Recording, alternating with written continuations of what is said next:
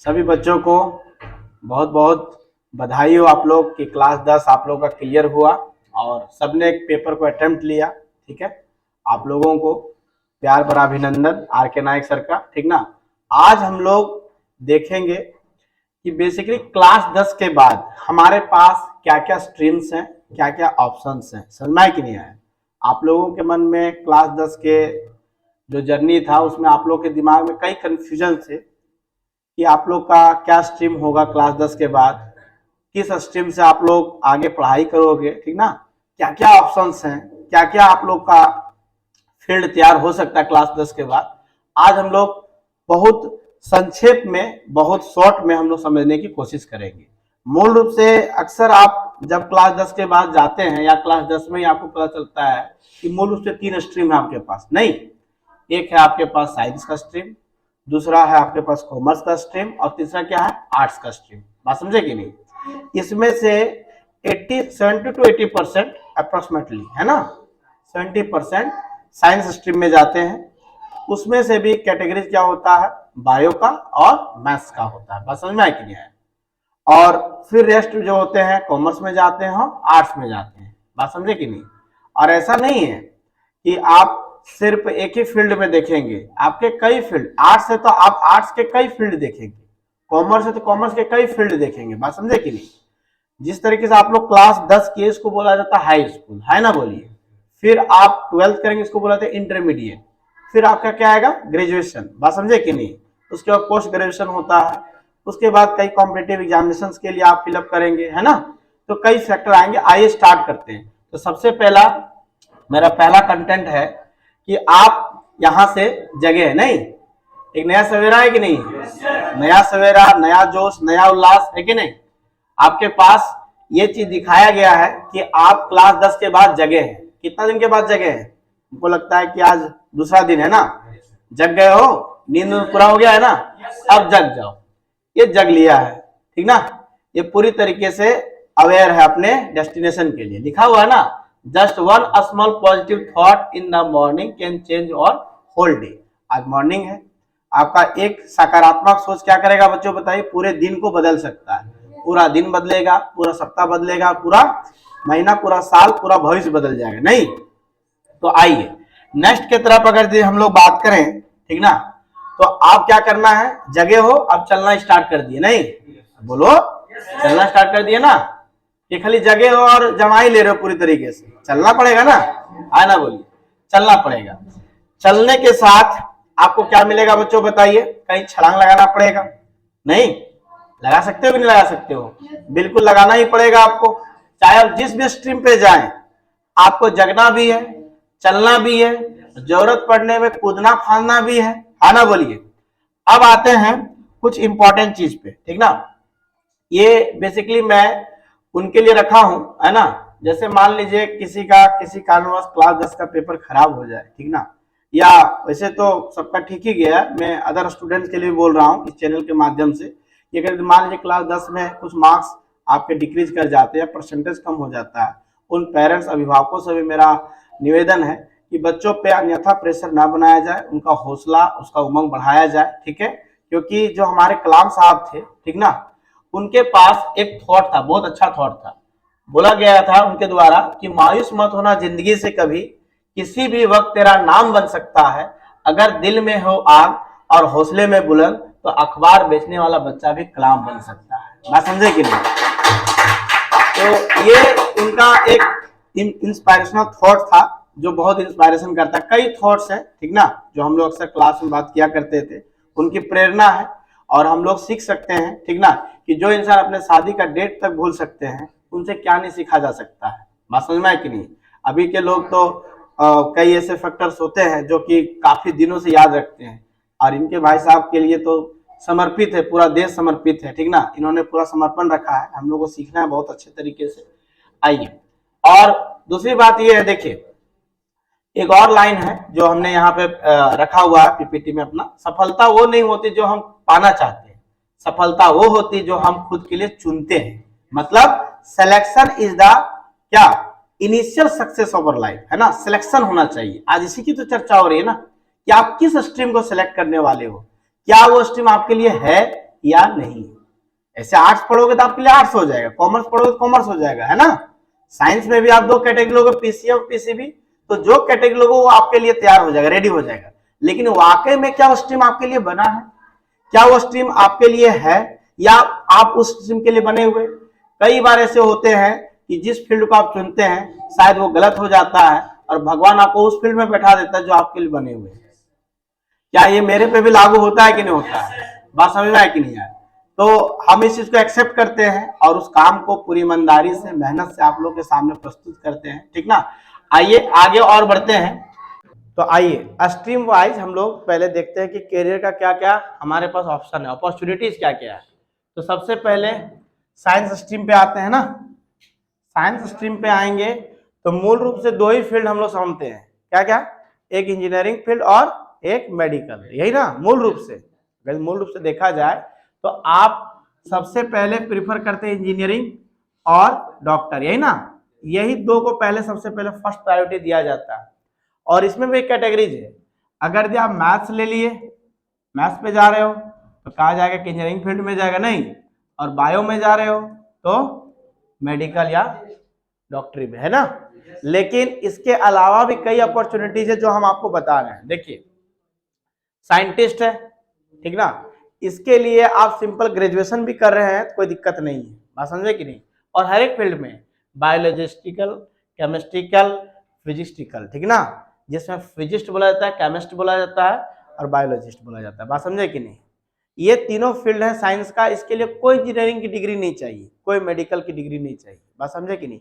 Simple आप graduation करके भी यूनिवर्सिटी से अच्छा आप कर सकते हैं इसमें, ठीक ना, जिसमें आपका बीएससी रहेगा, पीजी रहेगा, पीएचडी रहेगा, बात समझे कि नहीं।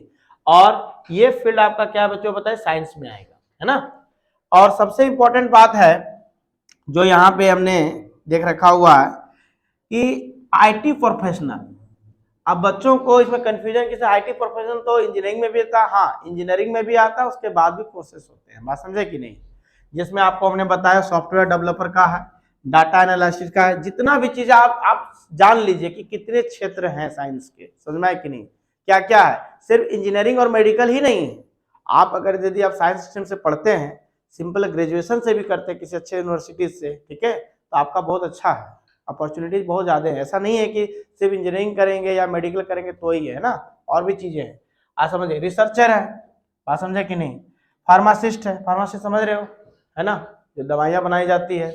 आर्किटेक्ट है, ठीक ना, इन्वायरमेंटल, ये सब पूरी तरीके जितने भी आप देख रहे हो, जियोलॉजिस्टिकल, पायलट, है ना, मरीन, है ना, साइंस राइटर, टीचर, प्रोफेसर, सब ये क्या बच्चों पता साइंस स्ट्रीम से जुड़े हुए हैं, बात समझे कि नहीं। ये अपॉर्चुनिटीज है। इंजीनियरिंग और मेडिकल के बाद भी आपको हमने कई ऐसे फील्ड दिखाए यहाँ पे जो आपके लिए क्या बच्चों बताइए, है ना, एक अपॉर्चुनिटी लेके आ रहा है। तो कई बच्चे जैसे यहाँ पे जो मैथ्स लेने वाले हैं, मान लीजिए उसका इंजीनियरिंग में मन नहीं है, किसी हमको इंजीनियरिंग नहीं करना है, तो आप कोई दिक्कत नहीं, आपके पास अवेलेबल है रिसोर्सेज, ठीक ना। इससे बड़ा पद क्या हो सकता है बच्चों बताइए, इससे बड़ा आपका डेजिग्नेशन क्या हो सकता है। साइंटिस्ट बहुत अच्छा चीज होता है ना, नहीं होता है। आप इसरो का देख लीजिए, बार्क का देख लीजिए, है ना, बार्क जानते हो, BARC Bhabha atomic research centre, है ना, डीआरडीओ, इसरो, है कि नहीं, हमारे ऐसे प्रतिष्ठित संस्थान है जहाँ पे साइंटिस्ट है। यहाँ पे ऐसा है कि ज्यादातर यहाँ पे टेक्निकल्स हैं, यहाँ पे टेक्निकल है, टेक्निकल डिग्री वाले हैं, आईआईटी से, एनआईटी से, ठीक ना, और कई टेक्निकल यूनिवर्सिटी से भी हैं। लेकिन ऐसा नहीं है कि ग्रेजुएशन वाले नहीं है, जो अनदर अगर नॉन टेक्निकल बैकग्राउंड से भी हैं और उन्होंने अपने जो लाइफ सेक्टर में पूरा का पूरा अच्छे यूनिवर्सिटी से अच्छे से पीजी पीएचडी कर रखा हुआ है, तो उनके लिए भी अपॉर्चुनिटीज है इसमें। रिसर्चर में हो गया, साइंटिस्ट में हो गया, बात समझे कि नहीं। अगर जब लोग नेक्स्ट स्ट्रीम पे जाएं, नेक्स्ट स्ट्रीम पे जाएं तो आपके पास क्या है बच्चों बताइए, आर्ट्स, है ना, बोलिए। और आर्ट्स को पूरी तरीके से समझ लीजिए आप कि इसमें एक ही नहीं है, कई फील्ड हैं, जिसमें सबसे पैसा वाला, सबसे ताकत वाला चीज क्या है बच्चों बताइए, जानते हो, लॉयर, है ना, बोलिए, वकील, हाई कोर्ट और सुप्रीम कोर्ट का वकील, है ना, किसी को पूछता ही नहीं है, ठीक ना, डीआईजी आईजी हो, ठीक ना, उसके सामने सब क्या है बच्चों बताइए, लो कैटेगरी रखते हैं, बात समझ में आ रहा कि नहीं आ रहा, बहुत बड़ा पद रखते हैं ये, ठीक है। तो लॉयर्स का अगर किसी को मन हो, जो बहुत ज्यादा बातूनी हो, बहुत ज्यादा किसी भी चीज को, सही चीज को गलत प्रूफ कर सकता है, या गलत चीज को सही तो कर सकते हो, है कि नहीं? ऐसा नहीं है, बहुत अच्छा फील्ड है। जर्नलिज्म है ना, राइटर, ठीक ना, काउंसलर, साइकोलॉजिस्ट है ना, हिस्टोरियन हिस्ट्री लिखने वाला, आर्कोलॉजिस्ट, ठीक ना, सोशल वर्कर। किसी सोशल वर्कर बनना है कि नहीं बनना है? बनना, हर किसी को बनना। देखो आप लाइफ में किसी भी पद पे जाओगे, ठीक ना, किसी पद पे जाओगे, आपको सोशल सर्विस ही आप मेन है कि आप कितना ईमानदारी से करते हो, है ना, बोलिए, ठीक है। चाहे वो जिस फील्ड में भी जाए, जिस फील्ड में भी जाए, एक डीएम से लेकर एक ब्लॉक के अधिकारी तक, जितना भी आप जितना जिसको जो पद मिलता है, सबका काम क्या बच्चों बताइए? जनता को सेवा करना, ठीक ना, जनता के लोगों के कल्याण के लिए ही तो होता है ना। एक पीएम भी बनते हैं तो किसके लिए बन रहे हैं बच्चों बताए? पूरे देश के नागरिक के लिए बन रहे हैं, है ना, पूरे होल कंट्री को रिप्रेजेंट करते हैं, ठीक है ना। तो सब में सेवा, ऐसा नहीं है। Teacher, educator, linguistic, translator, event planner, जो मतलब लैंग्वेज को ट्रांसलेट करता है, ठीक ना, public relation specialist, political science, librarian, artist, musician, है ना, एनजीओ, जितने भी चीजें हैं, बहुत सारे सेक्टर हैं यहाँ पे जो आपके लिए, है ना, आर्ट से भी खुला हुआ है, ठीक ना, जितने भी चीज, एडवर्टाइजिंग, एग्जीक्यूटिव, जितने भी चीज, कल्चरल हेरिटेज, पॉलिटिशियन बन सकते हो। किसको नेता होता बनना है? मतलब वो हो वाला नेता नहीं कि रैली में जा रहा है, हाँ वो जिंदाबाद ये जिंदाबाद, मतलब रिप्रेजेंट करना, लीडरशिप, लीडरशिप, ठीक ना। देखिए क्लास में आपको शुरू से ही सुनिए, आप जिस फील्ड में हैं आप देखिएगा शुरू से क्लास में आपको मॉनिटर, कुछ कोऑर्डिनेटर, ठीक ना, कुछ बना दिया जाता है। ये भी एक सोचिए कि शुरू से आपको लीडरशिप करने का एक आपको टेक्निकल वहीं से आपको स्टार्ट किया जाता है, ठीक ना। तो ऐसा नहीं है, आप पहले से लीडरशिप में अगर जिसको मन हो तो कोई दिक्कत नहीं, अच्छे से स्टडी करिए, है ना, हिस्ट्री को, ज्योग्राफी को, पॉलिटिकल साइंस को, ठीक ना, अच्छे तरीके से। और आप 12th के बाद आपको कई गाइड करने वाले मिलेंगे इसमें, जो जैसे आईएएस हो गया, पीसीएस हो गया, आप करिए, ठीक ना। कई ऐसे टीचर्स हुए हैं जो पढ़ाते पढ़ाते फिर इस बैकग्राउंड में आए हैं, ठीक ना, मुखिया से लेकर विधायक से लेकर हर तरह की लड़ाई लड़िए, सरपंच लड़िए, ठीक ना, हर तरीके से, ठीक है। आइए नेक्स्ट है आपका कॉमर्स। आइए, अगर भी आप कॉमर्स बैकग्राउंड को आप सेलेक्ट करते हैं तो क्या क्या अपॉर्चुनिटीज आपके पास है, इसको समझने की कोशिश करें। सबसे अच्छा जो फील्ड होता है वो होता है अकाउंटेंट, और आगे जाके चार्टर्ड अकाउंटेंट होगा, जो सबसे बड़ा डेजिग्नेशन होता है, सबसे बड़ा पद होता है सीए, ठीक ना, बात समझे कि इसमें कॉमर्स के फील्ड पे है कि नहीं। इसमें भी ऐसा नहीं है कि आपके पास लेस अपॉर्चुनिटीज, बहुत ज्यादा अपॉर्चुनिटीज है, बात समझे कि नहीं, बहुत अपॉर्चुनिटीज है। आप शुरू से देखिए, financial analyst, economist, business manager, marketing specialist, investor, banker, जितने भी आप देखो, स्टॉक ब्रोकर देख रहे हैं आप, समझ में आए कि नहीं, सब आपके क्या है, कॉमर्स फील्ड से है ना। एक अच्छा रिटेलर मैनेजर से लेकर टैक्स कंसल्टेंट से लेकर जितने भी आप फील्ड आप देख पा रहे हैं यहाँ पे स्क्रीन पे, सब के सब कॉमर्स से हैं। ऐसा नहीं कि सिर्फ कॉमर्स सब जानता है कि या तो बैंक मैनेजर बनेगा, बैंक अकाउंटेंट बनेगा। बैंक मैनेजर तो कोई फील्ड से बन रहा है ना, उसमें तो टेक्निकल डिग्री वाले भी जा रहे हैं, आर्ट्स डिग्री वाले भी जा रहे हैं। मेन क्या है, ठीक ना, इसमें और क्या क्या ऑप्शंस हो सकते हैं, क्या क्या अपॉर्चुनिटीज हो सकता है, ये अपॉर्चुनिटीज आपके सामने पूरा का पूरा। देखिए कंपनी सेक्रेटरी जितने भी होते हैं फाइनेंशियल कॉमर्स के होते हैं, उनको मेन पैसे का लेन देन आता है समझ में अच्छे से, है ना, पैसे को कैसे बढ़ाया जाए, कैसे घटाया जाए, सब कुछ आता है, समझ में आया कि नहीं, क्योंकि वो इसी चीज का स्टडी करता है, बात समझे कि नहीं। तो इस स्ट्रीम की हम बस यही कह सकते हैं कि आप इसको समझ लीजिए, जान लीजिए, और बहुत ज्यादा जानकारी हो सकता है।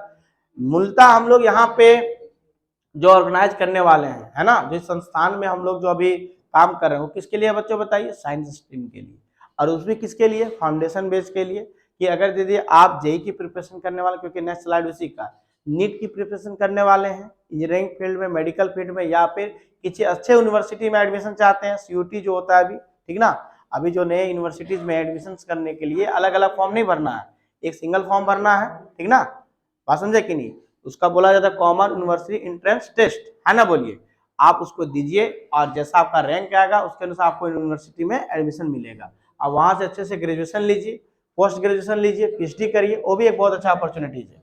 आइए नेक्स्ट पे हम लोग काम करेंगे, ठीक ना। साइंस स्ट्रीम में अगर हम लोग जाएं तो यहाँ पे देखिए आपके पास सबसे पहला चीज क्या बच्चों बताए, सबसे पहले मेडिकल स्ट्रीम, और मेडिकल स्ट्रीम जैसे जाएंगे, हमने यहाँ पे रेड कलर से मार्क कर रखा हुआ है, क्या है बच्चों बताइए, बायोलॉजी, क्योंकि फिजिक्स और केमिस्ट्री, देखिए फिजिक्स और केमिस्ट्री का जो आपका मूल रूप से बोर्ड लेवल पे या कंपटीशन लेवल पे सिलेबस जो होता है बच्चों बताइए ऑलमोस्ट सेम होता है, लेकिन उसका पैटर्न कुछ अलग होता है, ठीक ना। ऐसा नहीं कि जिस लेवल का फिजिक्स आपका नीट में पूछा जाएगा उसी तरह जेई में पूछा जाएगा, ठीक ना, ऐसा नहीं होता है। हाँ, दोनों के स्ट्रीम में जो 12th लेवल का आप देखोगे फिजिक्स का वो सेम क्वेश्चंस रहेंगे, केमिस्ट्री के सेम क्वेश्चंस रहेंगे, लेकिन कंपटीशन बदल जाएगा। लेकिन मूल रूप से जो बदलाव होगा वो क्या रहेगा बच्चों बताए, बायोलॉजी का। इसमें आप बायो पढ़ेंगे और उसमें आप क्या पढ़ेंगे बच्चों बताइए, मैथ्स पढ़ेंगे। उसके अलावा जो मूल सब्जेक्ट है उसके अलावा देख पा रहे हैं ना, आपके पास क्या बच्चों बताइए, मूल रूप से इंग्लिश इलेक्टिव हो जाएगा।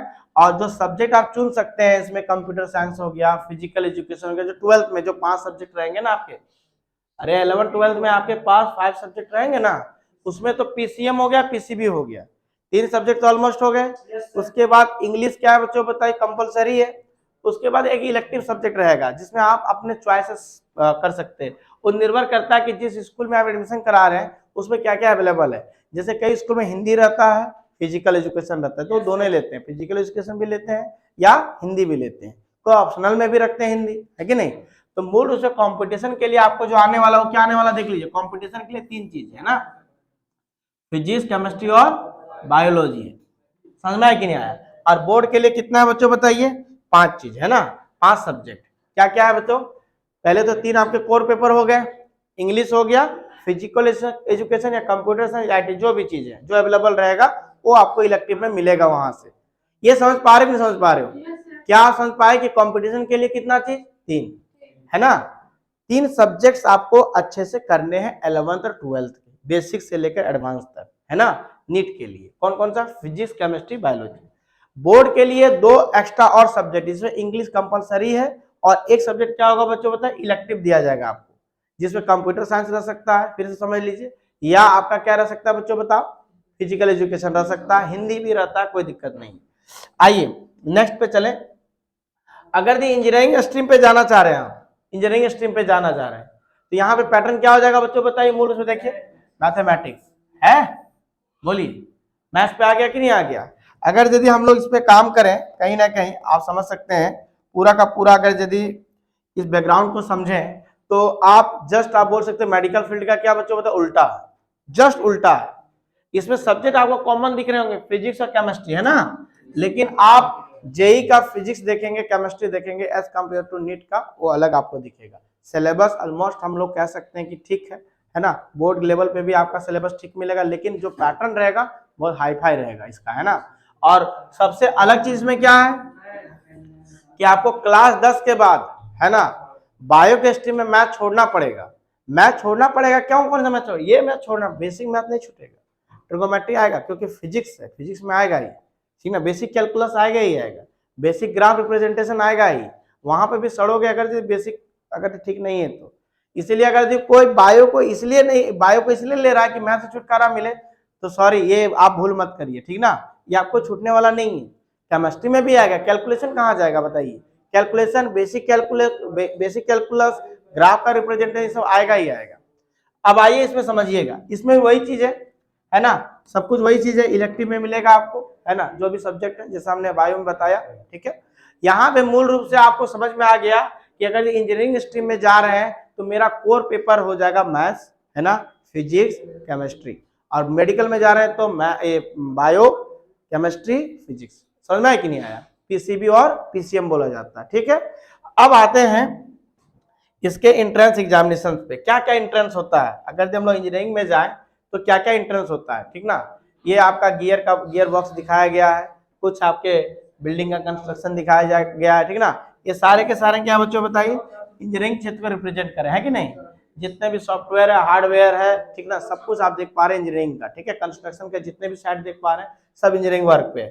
तो आइए हम लोग देखना ये चाह रहे हैं कि सर इंजीनियरिंग करने के लिए, एक अच्छा इंजीनियर बनने के लिए हमको इंडिया के कितने ऐसे अच्छे एग्जामिनेशंस को फेस करना पड़ेगा और कितने हमारे पास अच्छे अवेलेबल कॉलेजेस हैं जो हमको एक अच्छा इंजीनियर का डिग्री दे सकते हैं, जिसको हम लोग बीटेक बोलते हैं, है ना। क्या होता है फुल फॉर्म बीटेक का, bachelor of technology, bachelor of Technology, ठीक ना। बात समझ में आया कि नहीं आया। तो हम लोग कहीं ना कहीं, अच्छा कितने लोग यहाँ पे डॉक्टर करने वाले हैं, डॉक्टरी, है ना, 1 2 3। एमबीबीएस का फुल फॉर्म बता दो बाबू। वाह, वेरी वेरी गुड, ठीक ना।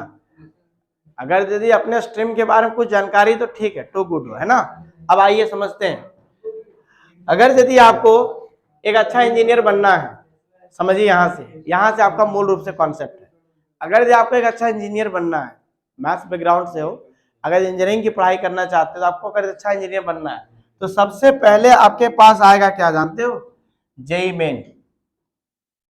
सबसे बेसिक और सबसे अच्छा। बेसिक इसलिए क्योंकि आप जेई मेन जब दोगे, क्वालिफाई करोगे, आगे हमने पीपीटी में सब दे रखा हुआ, मिल भी जाएगा, आप लोग को सेंड कर दूंगा, ठीक ना, और यूट्यूब पे रहेगा पीडीएफ के रूप में।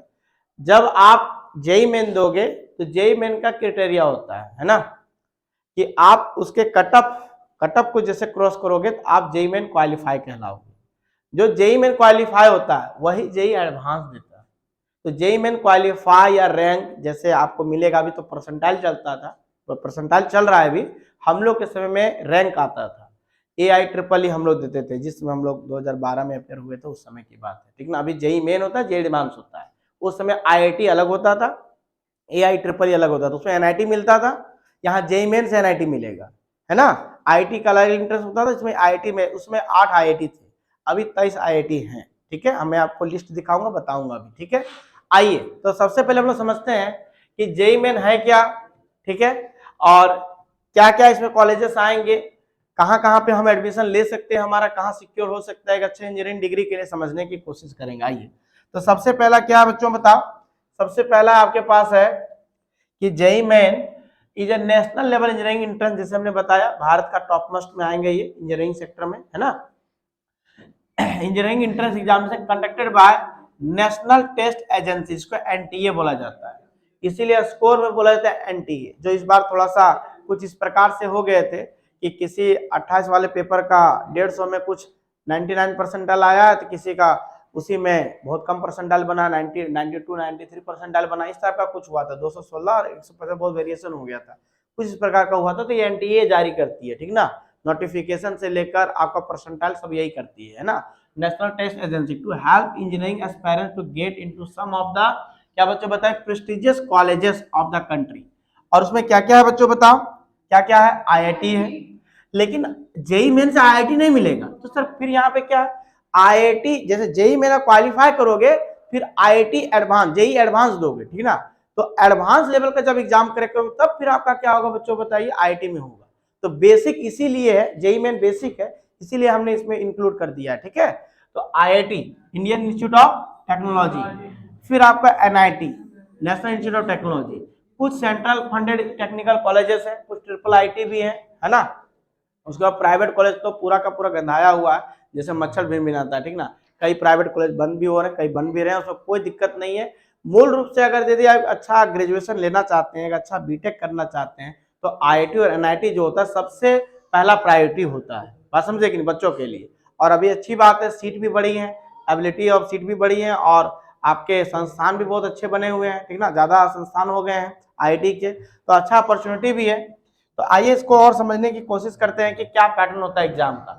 सबसे पहला चीज होता है, सबसे पहला चीज जो होता है आपके पास, जेई मेन कंडक्ट होता है साल में 2 बार, ठीक ना। JEE Main conducted in 2 times, है ना, इन अ ईयर, 2 बार होता है आपके पास, जनवरी में होता है, जैन में होता है, अप्रैल में होता है। उसमें से जो बेस्ट होता है वो प्रायोरिटी मिलता है आपको, है ना, कार्ड के रूप में, जो आपको एनटीए जारी करेगा स्कोर कार्ड, वो आपका होता है सबसे बेस्ट होता है, ठीक ना। जो 2 बार होगा, जनवरी में और एक अप्रैल में, मतलब आप 12th अपेयरिंग में है तो 12th एग्जाम के पहले आपका जेई मेन हो जाएगा, राइट। जैसे आप 2024 में भी हैं, तो आप कब देंगे पेपर बच्चों बताइए, 2026 में देंगे, है कि नहीं, 2026 में देंगे, जनवरी में, बोर्ड एग्जाम से पहले और बोर्ड एग्जाम के बाद। बात समझ में आएगी। जैसे आपके जो सीनियर भैया लोग हैं अभी 1 जनवरी में दिए हैं, जिनका स्कोर अच्छा आया है वो एडवांस की तैयारी कर रहे हैं, और जो अभी जैसे पेपर देंगे, ठीक है ना, इंप्रूवमेंट के लिए, तो अप्रैल में अगर यदि जनवरी से अच्छा आता है तो उसका वो कार्ड माना जाएगा, ठीक है। अब उसके बाद इसमें क्या मोड होता है, ऑनलाइन मोड होता है, 3 घंटे का पेपर रहता है। पहले के समय 30 क्वेश्चन होते थे, कितने होते थे बच्चों बताइए, 30 क्वेश्चन। 30 फिजिक्स से, 30 आपके केमिस्ट्री से और 30 आपके क्या होते थे मैथ से। बात समझे कि नहीं। अभी क्या कर दिया है, 25 क्वेश्चन कर दिया है, 25 और ये 25, तो कितना मार्क्स हो गया अभी 300 का, है ना। क्वेश्चन उतने ही रहेंगे, 90 क्वेश्चन रहेंगे, 5 जो ऑप्शनल है। मतलब आपको चुनना है कि 30 क्वेश्चन में 25 क्वेश्चन कौन हम अच्छे से बनाए। अभी का पैटर्न समझ में आया कि अभी जो लेटेस्ट पैटर्न है, पहले 30 का था, इसके पहले का इस साल से क्या क्या 25 का किया है, जिसमें 5 ऑप्शनल है। 30 क्वेश्चन है लेकिन 25 बनाने हैं, 5 क्या है बच्चों बताइए, ऑप्शनल है जिसमें बना सकते हो। तो 300 का हो गया कि नहीं हो गया बताइए, 300 मार्क्स का। और मजे की बात है कि बच्चे 300 में 300 लाते हैं, है ना। बात समझे कि नहीं, इसमें चौंकने वाली बात नहीं है ना। आप अगर अच्छे से पढ़ाई करोगे सिलेबस के कंटेंट में तो आप कर सकते हो, ऐसा नहीं है, बच्चे ही कर रहे हैं। ठीक है, आगे की कहानी बता रहा हूं, समझने की कोशिश करिएगा। आइए, the paper content physics chemistry mathematics, ये तो ऑलरेडी हमने स्टार्टिंग में बोल रखा है ना, chemistry mathematics subjects. The paper content the MCQ and numerical questions, है ना। एमसीक्यू और न्यूमेरिकल इंटीजर बेस्ड रहता है, जैसे आपको कुछ क्वेश्चन दे दिया और फिल इन द ब्लैंक्स भर दिया, इसमें डिजिट भरिए आप जो भी आंसर लाए हैं। बात समझ में आया कि नहीं आया, ठीक है। तो इंटीजर बेस्ड होता है, उसमें ऑप्शनल नहीं होता, इसमें नेगेटिव मार्किंग भी नहीं होता है। ये 4 नंबर का पेपर है, तो आपके पास एक गलत क्वेश्चन कितने नंबर का घाटा होगा बताओ, 5 नंबर का घाटा होगा। 4 नंबर तो बपोती गया, और एक क्वेश्चन गलत करने के कारण 1 मार्क्स क्या होगा बच्चों, 1/4 कितना होगा, 1/4 कितना होगा, 1/4 1 मार्क्स होगा ना। तो आपके 5 नंबर के घाटा हुआ। तो एक क्वेश्चन से एक नेगेटिव मत चुनना, 5 नंबर का घाटा समझना, ठीक ना। अभी हाँ जेईई मेंस में 4 नंबर के क्वेश्चन रहेंगे ईच, जो ऑप्शन वाले क्वेश्चन रहेंगे जिसमें आपके एमसीक्यू दिए गए हैं, ऑप्शन वाले क्वेश्चन अगर गलत करते हैं आप तो 4 नंबर का नुकसान तो होगा ही, 1 नंबर का भी होगा। और इंटीजर जो बेस्ड क्वेश्चंस रहेंगे, जिसमें क्वेश्चन देके आपको फिल इन द ब्लैंक्स रहेगा, जैसे आप सीबीएसई में करते हो, ठीक ना।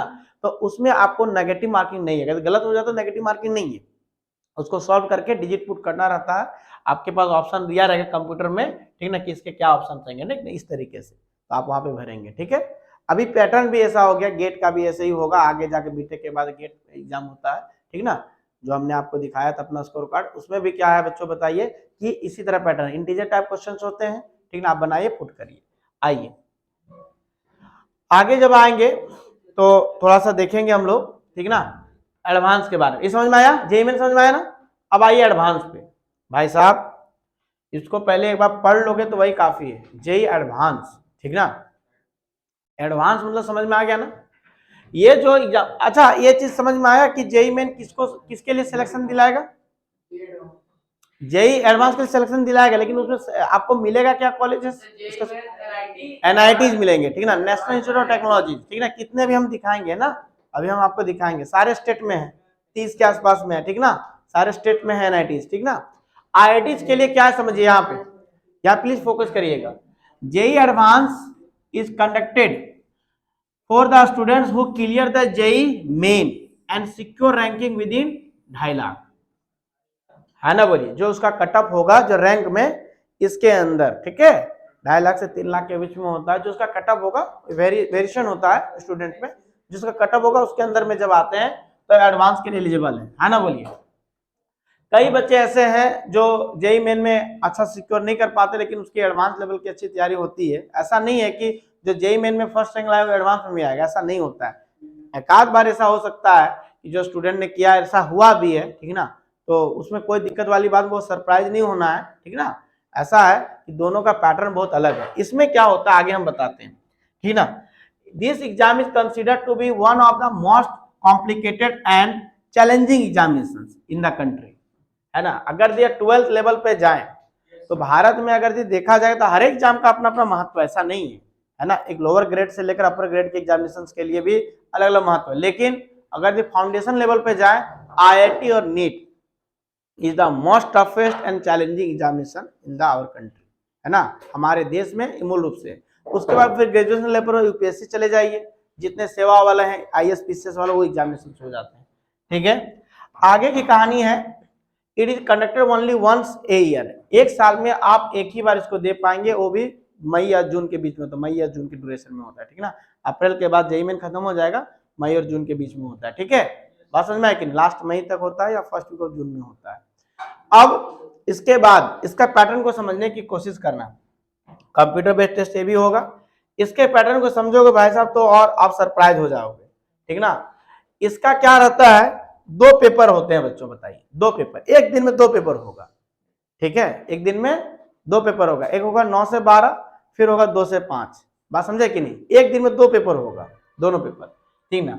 द एग्जाम हैज 2 पेपर्स, ठीक ना, paper 1 and paper 2, 3 hours for each exam, मतलब पहले पेपर के लिए 3 घंटे मिलेंगे, दूसरे पेपर के लिए 6 घंटे, मतलब एक दिन आपको एग्जाम देने हैं, छोटी बात नहीं है, एक दिन में 6 घंटा आपको एग्जाम में बैठना, आपका पैशन, डेडिकेशन, कैलकुलेशन सब कुछ रहेगा, इसीलिए आईआईटीएन को आईआईटीएन नहीं माना जाता है, बात समझ में है कि नहीं, उसको तोप माना जाता है, ठीक है। आगे क्योंकि बहुत सारा चीज वो क्लास 12 के बाद, देखो क्लास 12 के बाद कितने अच्छे अच्छे आपके पास फाइट करने वाला चीज, लड़ने का कितना अच्छा चीज है, आपके सर ने लड़ा था, ठीक ना, इसमें तो नहीं, लेकिन जेईई मेन में आप लोग देखें कि कितना शानदार स्कोर रहा, फिर MN90 में हम अपना कॉलेज भी दिखाएंगे आप लोगों को, किस कॉलेज से पास आउट हुए से जानते ही हो, ठीक ना। लेकिन थोड़ा सा ठीक है, आप लोग के लिए अच्छा चीज है कि कम से कम हम चाहते हैं कि अब बच्चे एनआईटी नहीं जाए, एनआईटी तो कई बच्चे गए हैं, हम चाहते हैं कि तुम लोग आईआईटी जाओ, ठीक ना, इस बेस के बच्चे काफी ज्यादा प्रिपेयर रहे आईआईटी के लिए और एम्स के लिए, बात समझे कि नहीं, हम अपना प्रयास करेंगे पूरी तरीके, हमारी टीम प्रयास करेगी पूरी तरीके से, ठीक ना। इसमें भी वही पैटर्न है, क्या पैटर्न है बच्चों बताइए, कि both paper 1 and paper 2 have 3 sections, physics chemistry और मैथमेटिक्स, समझ है कि नहीं आया।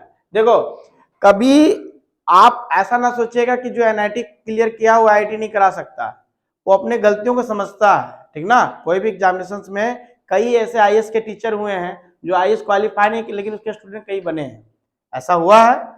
इसी तरीके से हमारा प्रयास है कि एनआईटी तक तो ठीक है, एनआईटी तक कितना अच्छा स्कोर हुआ, MN90 से ग्रेजुएशन मिला, पोस्ट ग्रेजुएशन मिला, सब कुछ तरीके से आपको वहां तक तो पहुंचना ही है, लेकिन उससे जितना बड़ा पहुंच सकते तब तो गुरु का ओहदा बड़ा होगा ना, बात समझे कि नहीं। आईआईटी कानपुर जैसे आपके में है, यूपी में ही है, आईआईटी बीएचयू है, 2 आईआईटीज हैं, MN90 है, ट्रिपल आईटी है ना, ये आपके अच्छे कॉलेजेस हैं। उसके बाद आपके यूपीएससी से है ना, उत्तर प्रदेश है ना, टेक्निकल जो एग्जामिनेशन होते हैं, doctor APJ Abdul Kalam technical जो आपको कराते हैं, ठीक है, कंडक्ट कराते हैं, बहुत विशेष जानकारी हमें नहीं, लेकिन आपका स्टेट का भी इंजीनियरिंग होते हैं, ठीक ना, उसमें भी अच्छे अच्छे कॉलेजेस हैं, ठीक है। आइए इस पे बात करें हम लोग बच्चों डिटेल में, तो इसमें क्या है, 3 पेपर वही है, फिजिक्स केमिस्ट्री मैथ, एक दिन में आपको देना है 2 पेपर, पेपर 1 पेपर 2, कब देंगे आप, जब जेईई मेन आपका क्लियर हो जाएगा तब जेईई एडवांस देंगे, जेईई एडवांस से कहाँ मिलेगा आपको एडमिशन, आईआईटीज में मिलेंगे, ठीक ना।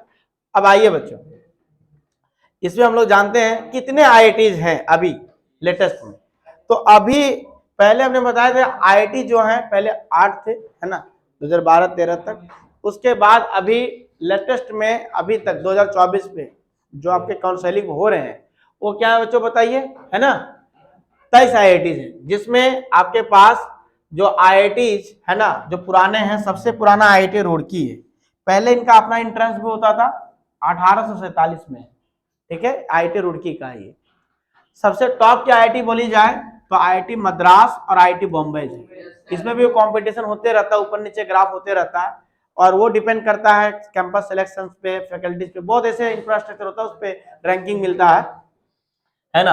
आईआईटी खड़गपुर आपको पता है, सुंदर पिचाई भाई साहब गूगल के सीईओ यहीं से निकले हुए, आईआईटी खड़गपुर से निकले हुए, है ना, बहुत ऐसे सीईओ जो है भारत के आईआईटी से पढ़ के निकले हुए हैं, ठीक ना, बहुत स्टार्टअप जो होते हैं सब आईआईटीएंस, बहुत ज्यादा इसमें दबदबा रहता है अच्छे तरीके से, ठीक है, तो इसमें कोई संदेह वाली बात ही नहीं है इसमें, ठीक है ना, कर सकते हैं।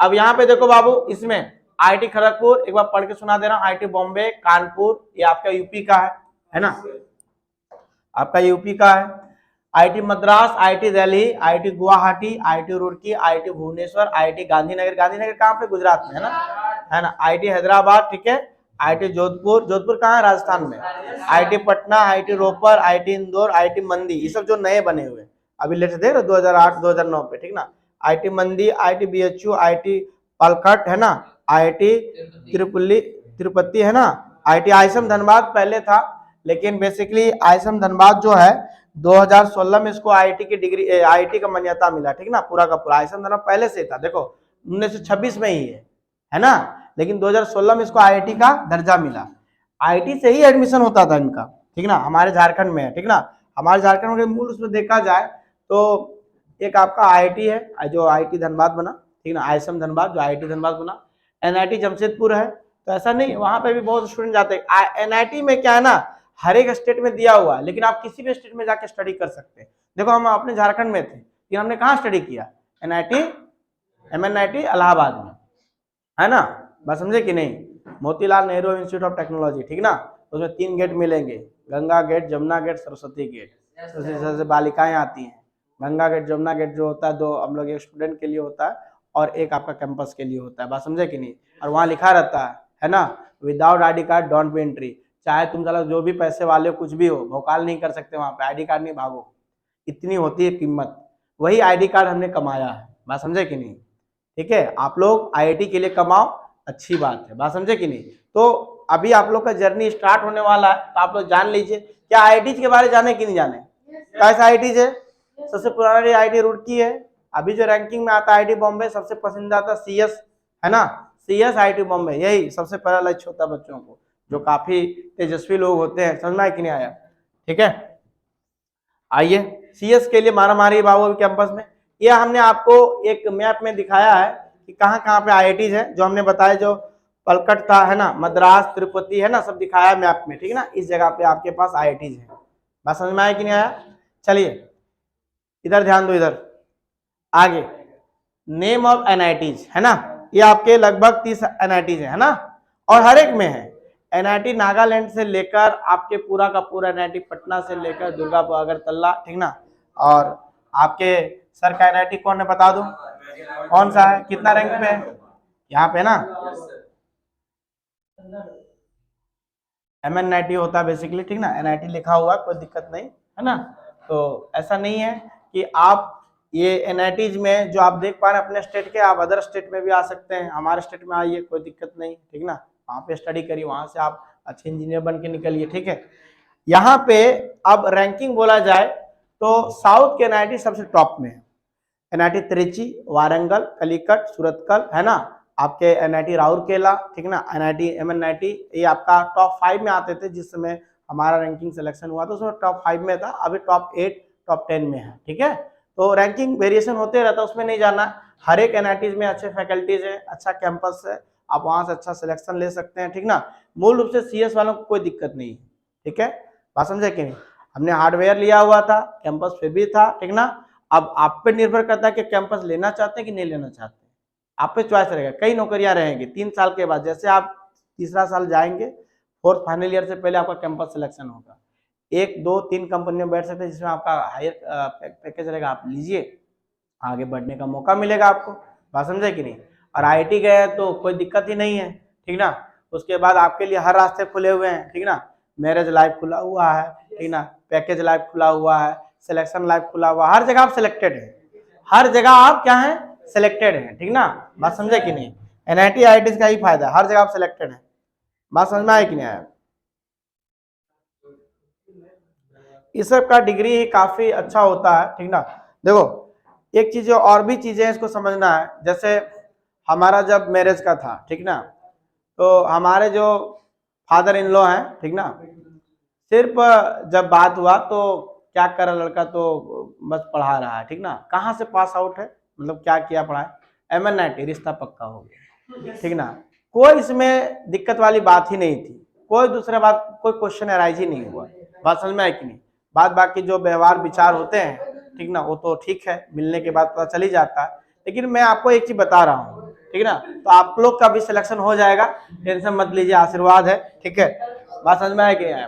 चलो आगे बढ़े, आओ, ये देख रहे हो आप, ये देख पा रहे हो आप, इधर देखो, यहाँ पे इधर देखिए, है ना, बैठ नहीं पा रहे हो क्या, यहाँ देखो, ये एम्स इन इंडिया, ठीक ना, आप देख पा रहे हो, ये क्या है, सर आसानी से नहीं मिल सकता, है ना।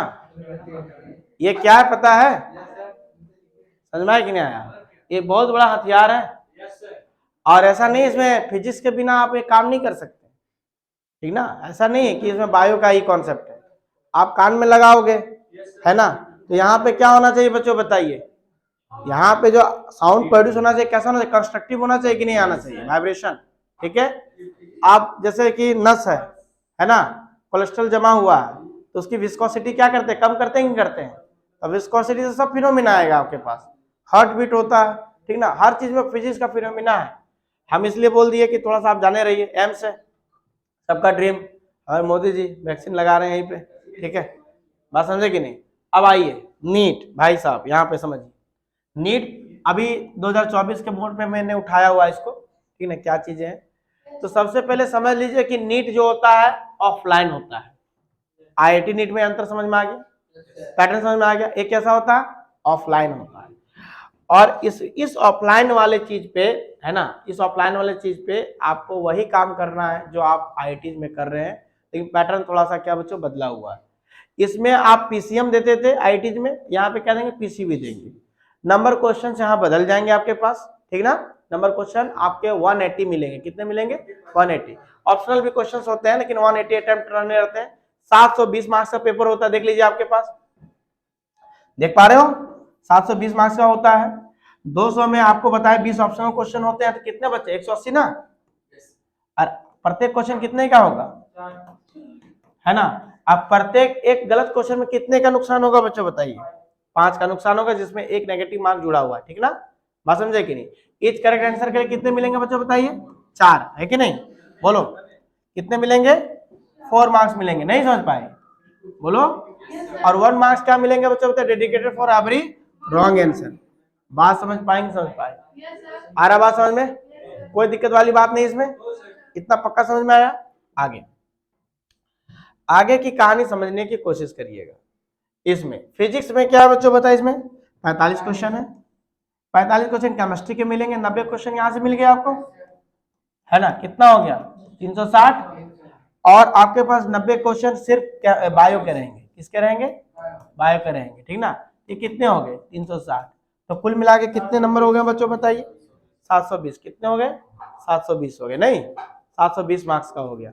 और 720 में कितने लाने दिल्ली एम्स के लिए, 720, 720 में कितने लाने हैं, 720। इस बार दिल्ली एम्स के लिए 720 से स्टार्ट हुआ कौन सा, 714 में क्लोज हो गया। आप अगर प्राइवेट कॉलेज से करते हो तो आपका, अगर यदि थोड़ा किसानी बैकग्राउंड से हो, या फिर आपका जो अगर यदि अच्छा फैमिली बैकग्राउंड नहीं, जिसे पैसा बहुत अच्छे से आता हो, उसका अगर नहीं है, तब का खेत बाड़ी सब बिक जाएगा। और जब आप डॉक्टर बनोगे तब उसको लाने के लिए आप गुर्दा किडनी फेफड़ा बेचना स्टार्ट कर दोगे। यही हो रहा है प्राइवेट सेक्टर में। 1 करोड़ रुपया आपका खर्च होगा मिनिमम, प्राइवेट सेक्टर से करोगे।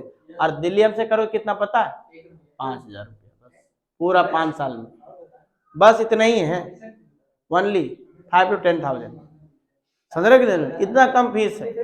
और पूरा मारा मारी यही है। और हमारा एजुकेशन सिस्टम क्या है पता है, एक चीज समझने की कोशिश करना, शुरू से प्राइवेट स्कूल में पढ़ना, शुरू में प्राइवेट स्कूल में पढ़ना, अच्छे इंग्लिश मीडियम में पढ़ना, है ना। और जैसे 10 12 गया, सबको चाहिए सरकारी संस्थान, सबको चाहिए सरकारी नौकरी, यस या नो, है कि नहीं। और हिंदी मीडियम वाले बच्चों का क्या मतलब है, शुरू से पढ़ेंगे सरकारी स्कूल में, शुरू से पढ़ेंगे सरकारी संस्थान में, है ना, और बाद में कहाँ चले जाते हैं, प्राइवेट में चले जाते हैं। बात समझ पाए कि नहीं समझ पाए, नहीं बात बुझ पाए, है ना। इसीलिए अपना अधिकार के लिए अभी से जलना स्टार्ट हो जाओ, ठीक ना। अपना एक सीट बुक कर लो, चाहे आईआईटी के लिए या फिर एम्स के लिए। हम नहीं चाहेंगे कि हमारे बच्चे हमारे कॉलेज में जाके पढ़े, उससे बड़ा कॉलेज में जाके पढ़े। हम ऐसा अगर चले जाओ तो अच्छी बात है, MNIT जाओ तो अनुभव करोगे कि हमारे सर यहीं से पढ़ के निकले, हम भी यहाँ पे आए। लेकिन हम चाहते हैं आपका अनुभव बड़ा हो। अब IIT कानपुर जाओ, IIT बॉम्बे जाओ, IIT मद्रास जाओ, ठीक ना, समझ में आ रहा कि नहीं, अच्छे IIT में जाओ, अच्छे एम्स में जाओ। आओ अब इसके बारे में थोड़ा समझाएं। इसमें देखो दिल्ली एम्स जो है सबसे पुराना है, देख लीजिए 1953 सब, उसके बाद 2012 के बाद वाला है, देख पा रहे हो, देख पा रहे हो, सब 2012 के बाद वाला है ना। अभी तो कई फाउंडेशन वाला बन ही रहा है, और बनेंगे लेटेस्ट में, ऐसा नहीं है। अभी देखो ये 2020 तक बन ही रहे हैं, ठीक ना, 2020 में भी कंप्लीट हुए हैं राजकोट वगैरह जो है। और अभी कई जो है प्लानिंग में है ना, आंध्रा का जितने भी है, जो भी आप देख पा रहे हो स्क्रीन पे, है ना, सब कंस्ट्रक्शन पे है, कहीं प्लानिंग स्टेज पे, कहीं कंस्ट्रक्शन पे, है ना। ये नए एम्स हैं जो बनेंगे भारत में, ठीक है, बात समझे कि। अब आओ भाई साहब यहाँ दिल्ली एम्स की देख लीजिए, कैंडिडेट कितने हैं इस बार के 2025 लाख कैंडिडेट, 25 लाख कैंडिडेट्स है ना फॉर अपेयरिंग नीट एग्जामिनेशन 2024 है ना. And how many student selected in Delhi AIIMS?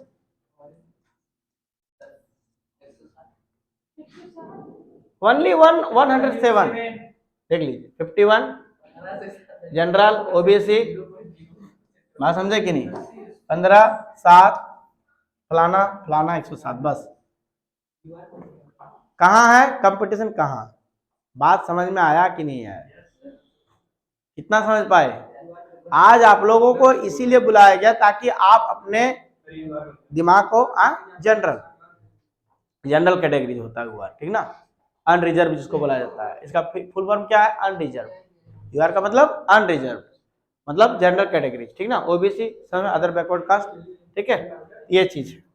किसी को कोई डाउट हो पूछते जाना, अभी आप डाउट लेंगे, ठीक ना. ये समझ पाए? तो समझ लीजिए, यहाँ पे प्लीज फोकस करिए कि गवर्नमेंट जो आपके मेडिकल कॉलेजेस हैं कितनी कम सीट अवेलेबल है.